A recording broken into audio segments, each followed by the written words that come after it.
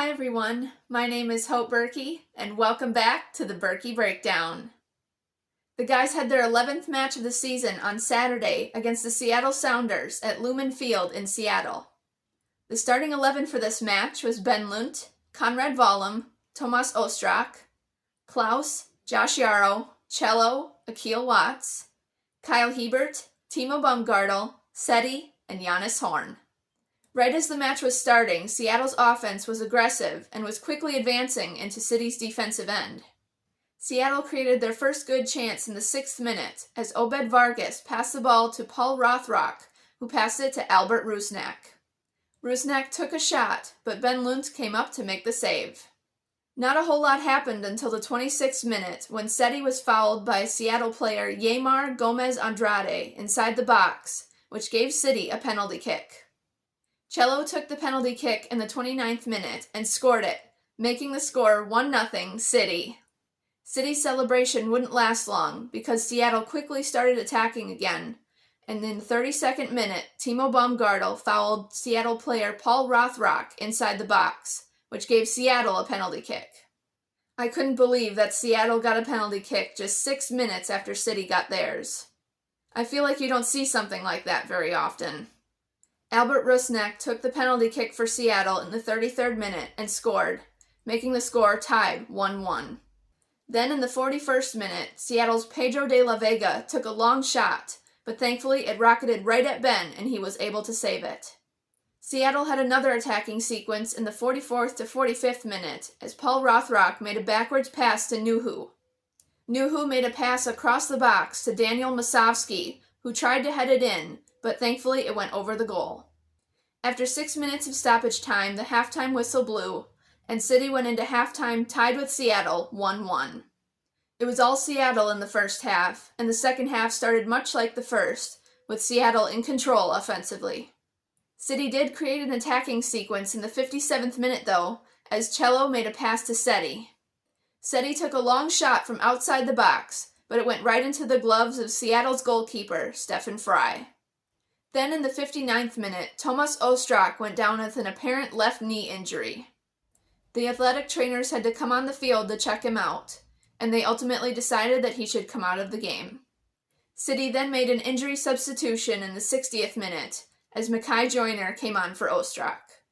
Seattle would begin their attack again in the 61st minute, as Obed Vargas made a quick pass to Ryan Kent, who quickly passed it back to Vargas. Vargas took a shot, and a City player tried to defend and block it, but ended up deflecting it into the goal instead. This made the score 2-1 and gave Seattle the lead. Immediately after that, Seattle tried for a third goal, as Pedro de la Vega took a shot, but it went over the crossbar. Seattle had yet another good chance in the 68th minute, as Albert Rusnak made a pass to Alex Roldan, who took a shot, but thankfully it went over the crossbar. City made a few non-injury substitutions in the 69th minute, as Simon Becher came in for Klaus, Joachim Nilsson came in for Josh Yarrow, and Adu came in for Seti and made his return to the pitch for the first time since mid-March. Then in the 72nd minute, the ref decided to go to VAR to check for a possible handball on Joachim Nilsson. It really looked like a handball to me as I watched the replay, because Obed Vargas kicked the ball and Joachim Nilsson's hand seemed to block it. I thought it would for sure be a handball on Nilsson and a penalty kick for Seattle, but to my surprise, in the 74th minute, the ref announced that there was no handball, which meant no penalty kick for Seattle.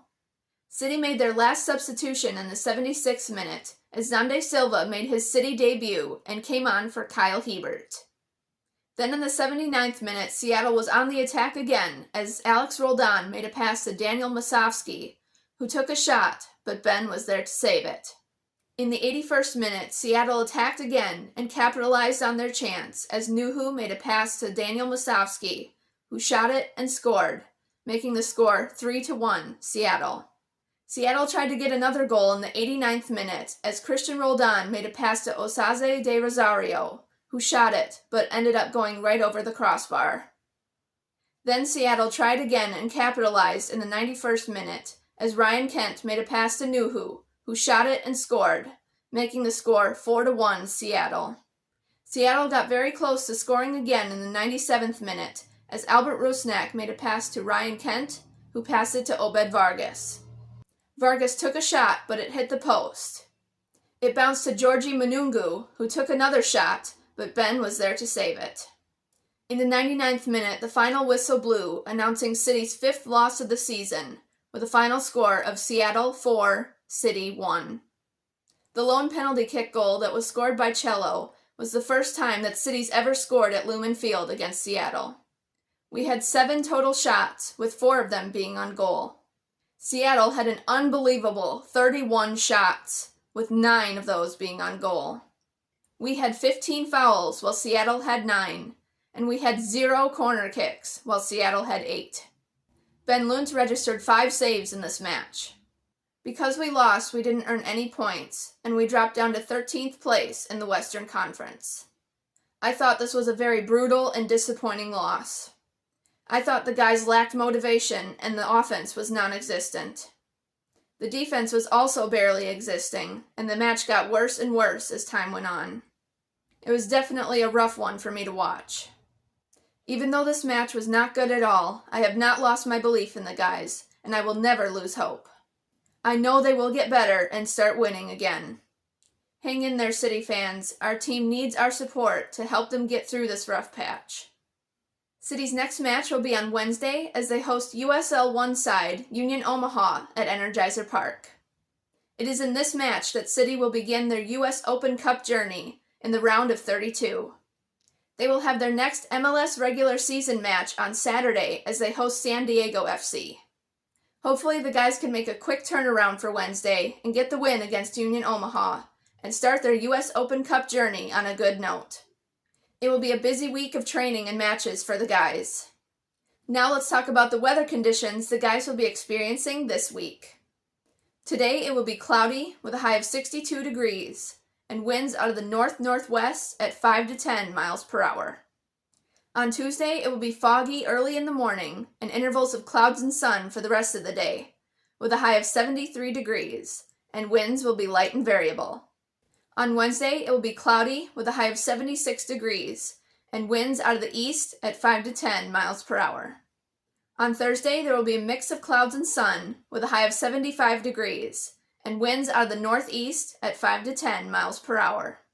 On Friday, it will be partly cloudy with a high of 71 degrees and winds out of the northeast at 5 to 10 miles per hour.